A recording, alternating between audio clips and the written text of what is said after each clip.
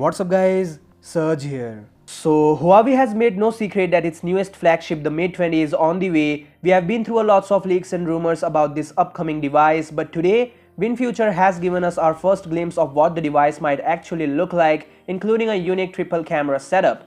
Now, like the P20 Pro, the Mate 20 Pro is expected to come with 3 cameras, and I have to say that it's very unique and different in terms of camera arrangement. But on the front, we have the same iPhone X like notch and a smaller chin with soft sides. The one real indicator the devices are part of the same family is the awesome gradient finish, and as you can see, the standard Mate 20 Pro is not depicted with a rear mounted fingerprint scanner, so it will obviously have an in-display reader. Well, the display size is currently unknown, but some third-party sources speak of about 6.3 inches screen size.